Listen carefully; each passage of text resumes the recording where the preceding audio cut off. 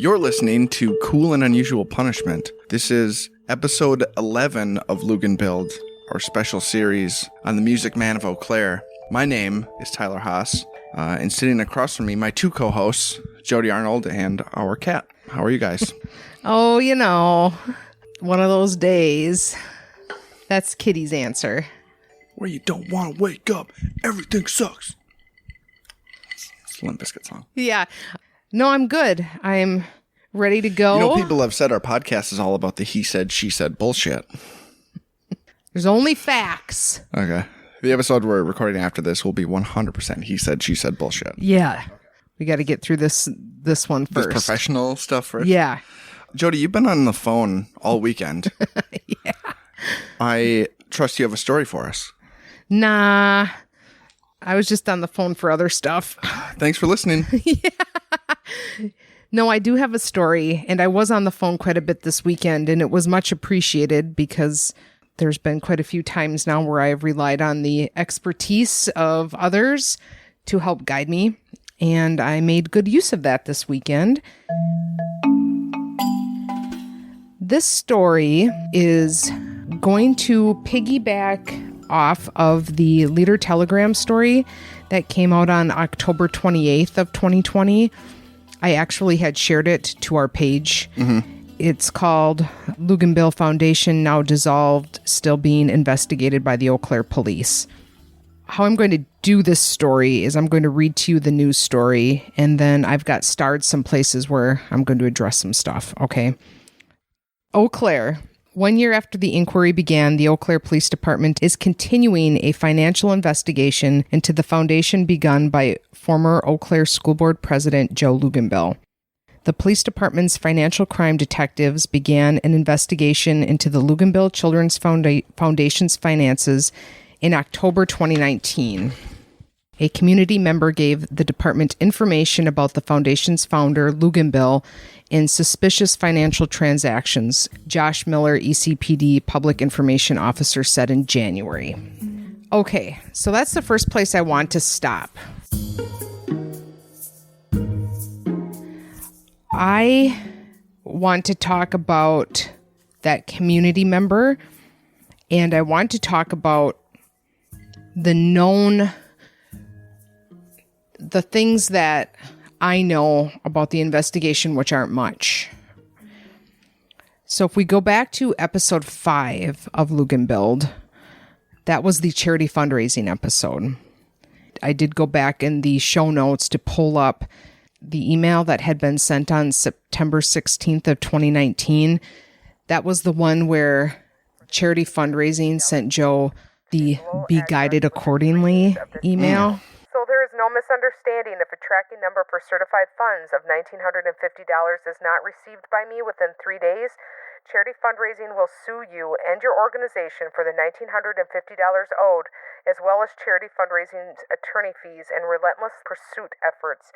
Be Guided Accordingly, charity fundraising. They sent this email, basically like a last-ditch effort to get their money before they were going to pursue legal action. And if you recall from that conversation, Joe paid the money almost like the next day. Mm-hmm. But on September 27th of 2019, charity fundraising had a conversation regarding this issue with Eric Torres, who was at that time the school board president. Because if you recall, the school board had been CC'd on a couple of the last emails that charity fundraising had sent. At some point, they stopped sending them just to Joe, and they started including the whole school board, which was not a dumb idea. The part that I didn't mention when we were doing that charity fundraising story was the part where charity fundraising had a call from the Eau Claire Police Department, a woman who identified herself as a detective with financial crimes and wanted to know about the transactional history of what occurred between that organization and Joe. I do know that there is indeed a woman working this case from the Eau Claire Police Department as a detective. So that certainly checks out. It was in December. I almost wanted to say it was Christmas Eve, but I can't be for sure if I remember the date. I wanted to bring that up because we don't know who the community member is that came forward. That kicked off the investigation Yeah, here in Eau Claire, right? In October. October certainly happened very quickly after September, right? When all of this stuff. Yeah, it's as it's wont to do. Yeah. I realized as I was saying that how dumb it was. My point being that all of this stuff had really come to a head in the middle of September. Suddenly in October, there's a tip that's good enough for the police department to open an investigation on. Mm-hmm. And in December, Charity Fundraising, who was a paid business partner of Joe's, gets a call regardless. Right, because it didn't become a legal matter or anything. Yep, they got paid. The other curious part was that Eric Torres told me at the time of our conversation prior to doing that story that no one on the school board had been contacted at that time anyway by the Eau Claire Police Department, which I would assume, hearing that it's a good chance nobody on the school board was responsible for going to the police. Okay. That's interesting wording. Nobody's been contacted by the police department from the school board. Yeah, I don't know how carefully Eric Torres chose his words, but that leaves open a technical loophole. Yeah. There's just certain parts about this story that I can't compartmentalize. One of them being, how did the detective get the information about charity fundraising? Why did they reach out to somebody who had been paid? All of the correspondence here is sent to Joe only. The only people outside of Joe who for sure we know about it was the school board, because they wanted to have a closed session board meeting where they addressed this issue with him, and he didn't show up and instead resigned from the school board. All of those board meeting opportunities were happening as this investigation was opening. How strange that a few months later, it's charity fundraising that gets a call from the detectives. Makes me wonder. Yeah.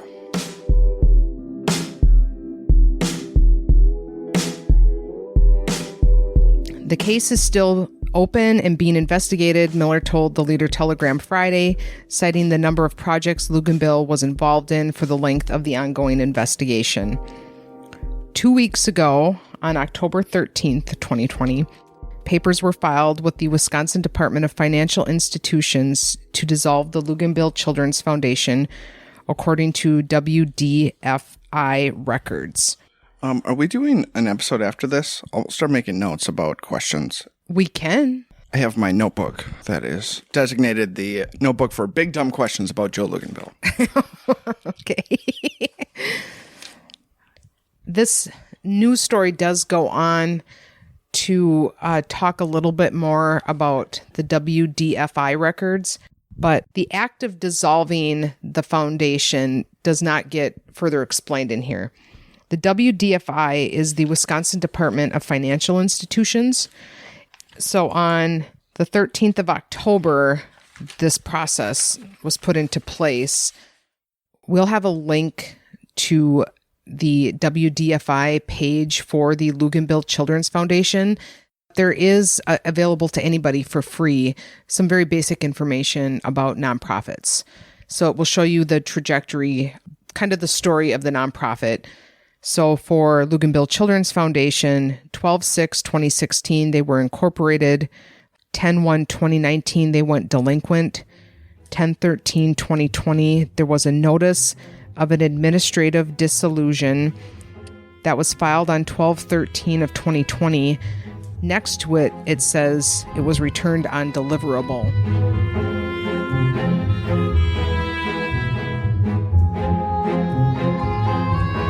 The WDFI did what's called an administrative dissolving. That might answer my first question here. Okay. They did that on their own, and they sent notice to the foundation, and it came back returned undeliverable. Gotcha. Typically, entities that fail to file an annual report after several years are subject to being administratively dissolved by the DFI. Attempts are made to contact these entities by U.S. mail. If the mail cannot be delivered, the entity name is published in a notice of administrative dissolution. If DFI does not receive an annual report within a given period of time, the entity will be dissolved and it will appear on the Certificate of Administrative Dissolution list. Its Polaroid goes up on the WDFI wall of shame right next to the front door. I would guess that there are some nonprofits that get started and don't go anywhere and also don't think to like dissolve themselves, and eventually they get dissolved because they're not filing annual reports, and because they're not doing that, they fall on the delinquent list, which is where Joe was on 12/1 of 2019. And then I imagine there was these attempts to contact. Yeah, we've seen what those emails look like. Yeah, I got you. Yeah. So that's what that is. And what you will see, the next thing that comes up with the news story, the move comes 9 months after Luginbilled said in a January statement to local media that he would dissolve the foundation. So he didn't do that. And I think it's important. Can you believe it? I mean,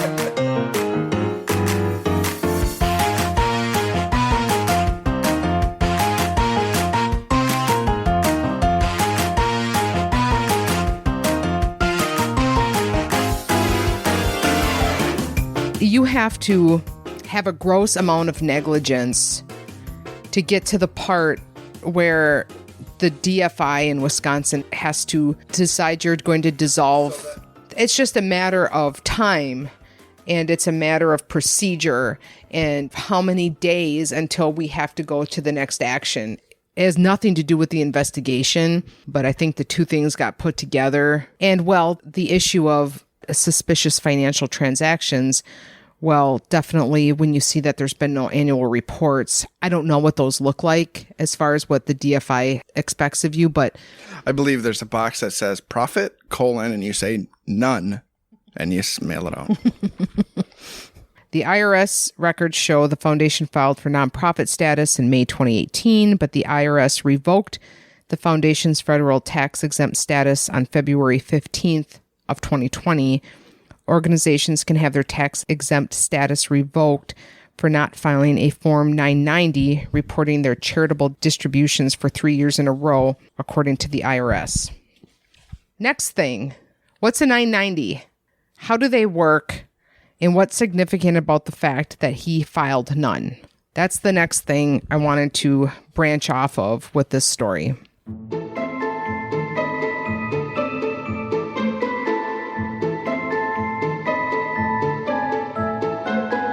Number one, tax-exempt nonprofits don't have to pay federal taxes, but they do have to file information with the IRS. That's the 990 form. Having to file the 990 makes sure that nonprofits conduct their business in a way that is consistent with their public responsibilities.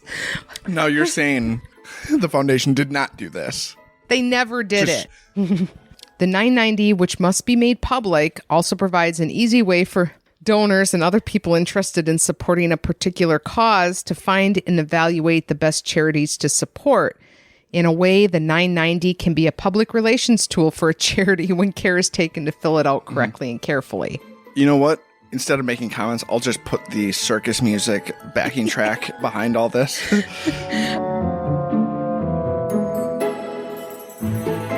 I mean, How long, when was the charity founded? 2016, but their status, like with the IRS, didn't happen until 2018.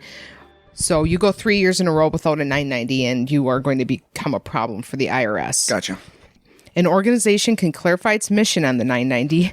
It details its accomplishments of the previous year. A donor can find out where the group gets its revenue.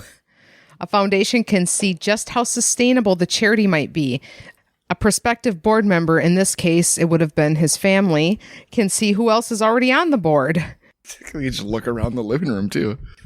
All of that information and more can be found on the 990, making this form useful for anyone researching nonprofits.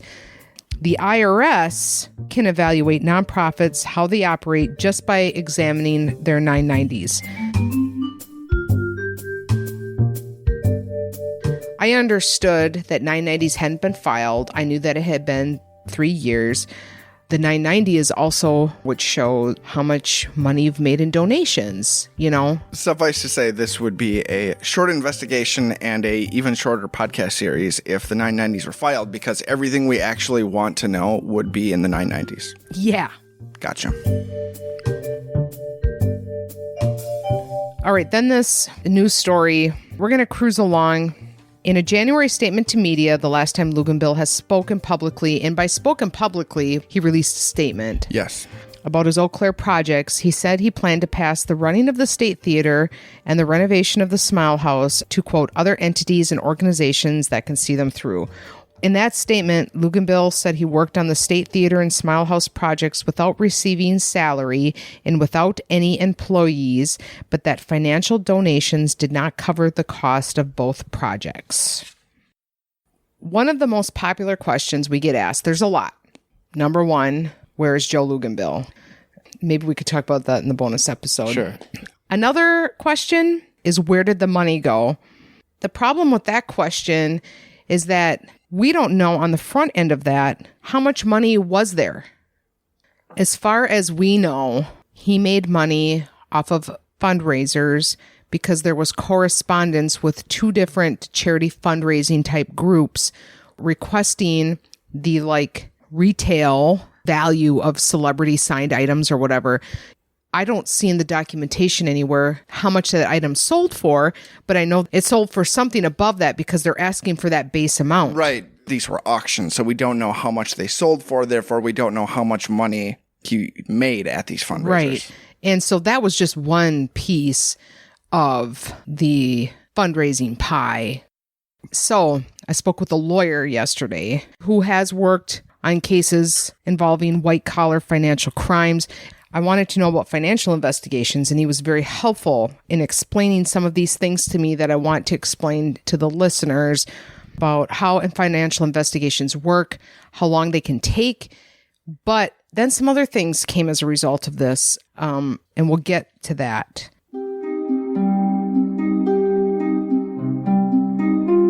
The most beneficial thing he told me was to think of police departments as hospitals. You've got heart attacks, but then you've got sprained ankles. They're both coming in at the same time. A case like this one is a sprained ankle. Is it a sprained ankle because the alleged crime is not big enough to warrant more attention, or because they lack the resources to properly investigate it, it becomes lower on the priority list? Well, both of those things are probably true to some extent, but it's sort of like your house is on fire and your roof needs repair. Well, I guess the roof might be irrelevant now, but the house is on fire. I'm just curious because that opens a conversation about, are the things they consider the house being on fire sort of cases like drug busts? Yes. That's a whole other conversation about where police focus their resources. It is. But essentially there's more direct day-to-day crimes where they're putting their attention. Mm-hmm. Okay. And, you have a big, huge drug bust that can be profitable. Yep. You get a photograph with all the bindles on a table. Yeah. I mean, these are the realities of it. A white-collar financial crime. The victims in that are not bleeding. You know what I mean? Yes. This is all theorizing that I feel pretty good about. The other thing that people need to consider in a case like this, there's a paper trail that's largely non-existent that we are assuming as such, right? There's no 990s. The WDFI doesn't have their annual report, whatever that looks like. There's evidence we know of that suggests, well, if they didn't file a 990, that's because they didn't want to. Yeah, because if knowing that not filing a 990 would lead to their dissolvement and still chose to not file a 990, that means they probably made the calculation that it is more important to not file a 990. Yeah, right.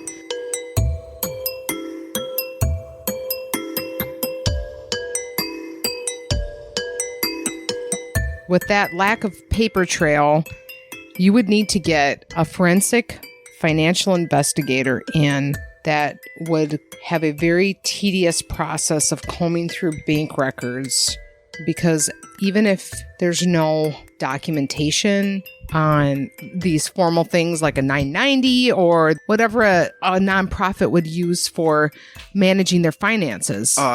Yes. And if you were a forensic financial investigator, to be combing through bank records, if that's what they were going to do, that requires probably like warrants or whatever allowances give you access to like a person's... subpoena for exactly. records and things. And maybe the Eau Claire Police Department is doing this. Yes. Because even if you don't have a paper trail in quotes, checks need to be cashed. Yeah. There are copies made of checks. So somewhere there are transactional histories of deposits, withdrawals. What that lawyer also told me is that banks can also file what's called an SAR, Suspicious Activity Report. And sometimes they're nothing. There are eccentric people who go to the bank every day and withdraw money, but sometimes they are something. You could have one on you and you'd have no idea that it was the case. Well, the lawyer I spoke with said the services of a forensic financial investigator cost around $30,000. Okay. That lawyer felt pretty certain that wasn't happening in this case. Based off of the size of the police department, yes, the urgency to throw those kinds of resources at this. And that's the other part of this, is we've come at this story from so many angles. And while many of the angles in some way involve financial stuff, we've really not addressed the elephant in the room, which is without financial records or a means of scrutinizing what is available, what happens with a case like this. And it's not only what happened to the money, but how much money are we even talking about? Joe could have said he raised $50,000 at a fundraiser, but is that true, number one? Yeah. And I think people assume that he was traveling around Europe, he did things like that, and it was funded on this money. But we don't know how much money there was, right? Also, in terms of our podcast, like a lot of the stories we tell are stories about actions that tiptoe very close to the line of being a crime. Right. Yes, that's another thing. You know, how can this guy still be walking around? Well, there's an investigation going on, number one. Number two, being a shitty person doesn't necessarily mean you're going to go to jail for it. When I was talking to this lawyer, his feeling, based on his experience, this story and this case are the equivalent of sitting under a pile of magazines in a waiting room that's collecting dust on top of a bunch of news weeks or something. I'm assuming was familiar with the story on the whole. Like yes, he was familiar with the podcast. He's from Eau Claire. Okay. Knew about Joe before the story happened. During this conversation yesterday, it occurred to me, everybody who donated to the foundation, if you aren't going to find all of these people by way of bank records, you could still find some of them if you just asked.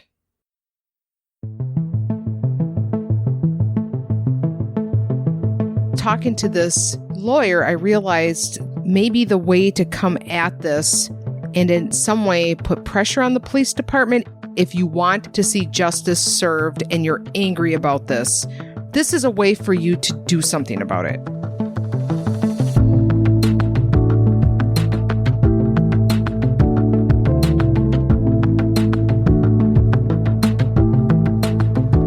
So the idea is, how big is the pie? How much money did the foundation ever make? I personally have some people helping me out with a couple of potential big donors that allegedly gave a lot of money that might be willing to help out here. But there's also a lot of people who gave $50. If we know how much money was on this end of it, then we know how much money needs to be accounted for, right? And it also gives faces and names to the people who gave that money. You know, victims, I think you would call those people. Yes, victims. Yes. When I first heard about the investigation, I thought, well, if someone donated the money, they don't need to do anything. The Eau Claire Police Department will find them. They'll track down their leads and... Right. Yes. But honestly, will they? if they don't have records of those transactions, then it would be very difficult for them to find those people. Yeah. I think that people might be more empowered to propel this investigation forward than they realize they are. If we could collectively gather names of donors, then we would have an operating list of people that are victims. Your money was not used how you intended it. There are things that you can do to empower yourself to not only see justice served, but also not every nonprofit is this nonprofit, okay? There's no reason for you to feel ashamed because you gave to this one. It's like the many stories that we've told about people. Yeah, a lot of these stories involve Joe escaping accountability by virtue of the people he's taken advantage of feeling embarrassed. If there were a collective list of people who donated to the foundation, not only are we filling out this pie that we have no idea how big it is, yeah, but also putting real names to people who were victimized, instead of it being a story about Joe being a bad nonprofit manager in a sort of abstract way that is not connected to the community he was a part of. Yeah.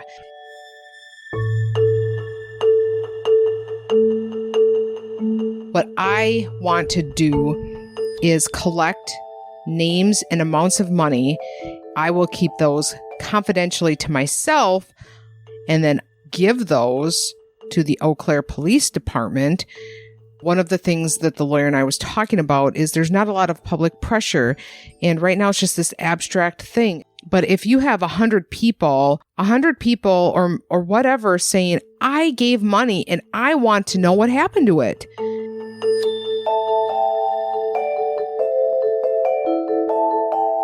And I don't have a stake in this. I don't have a personal vengeance against Joe, but I do want the people who donate money have some sort of action. You might be able to decide what goes on with this. I think it's important that this doesn't happen again.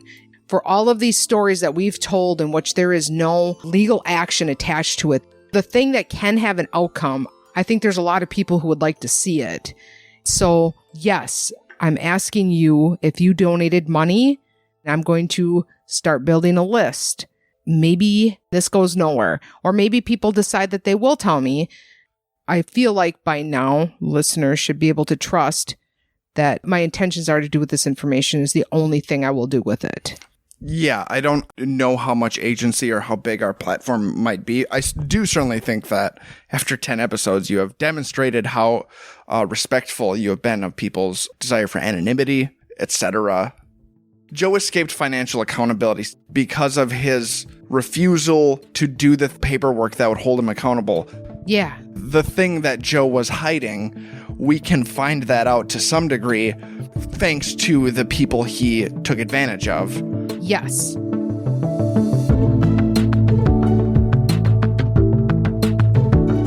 Yeah, that's what I want to do. So if you have donated $20, if you get 100 people that say they donated $20, collectively speaking, that's money, right? Yeah. That's a scholarship that didn't get paid. You might not feel obligated to investigate this white collar crime with this young kid, but 100 people in your community that were the victims of this scheme, that is something worth investigating. Yes. We can't speak to what the investigation looks like or how it's going, but a list of names to follow up on might help. Yeah, and this is not a scrutiny on the investigation. This is an acknowledgement of very typical situations like this. And so think at this point, just tell me how much you gave and if you can remember when, because I want to know if this is even something that I can do.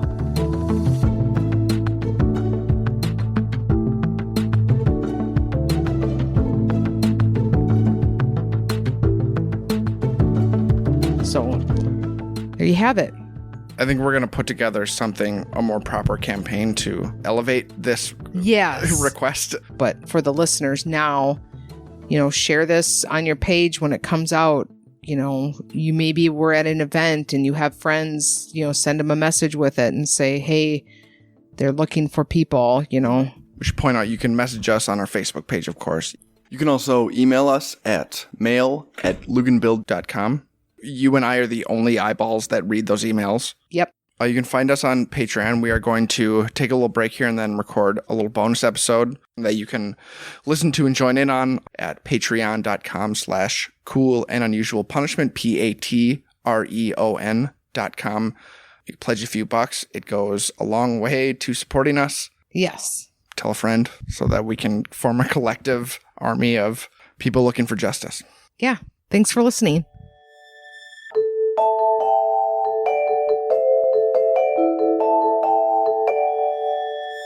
Luginbilled is presented by Cool and Unusual Punishment.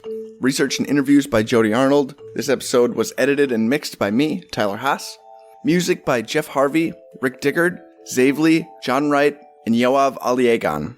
Special thanks to Trey Dorn and the entire Nerd and Tie podcast network. You can find our show, along with a ton of other fantastic Wisconsin-based podcasts, at nerdandtie.com. If you enjoy this show and want to help support us, please take a minute to review us on iTunes or wherever you listen.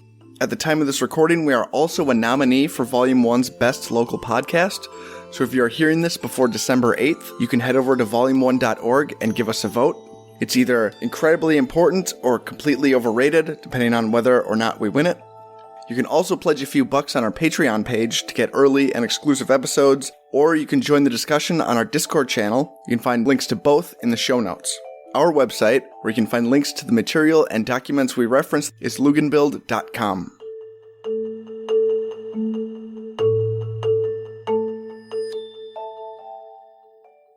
The listeners can't see the look on your face, or you're without saying anything, you're like, God, can we get back to fucking adult shit here?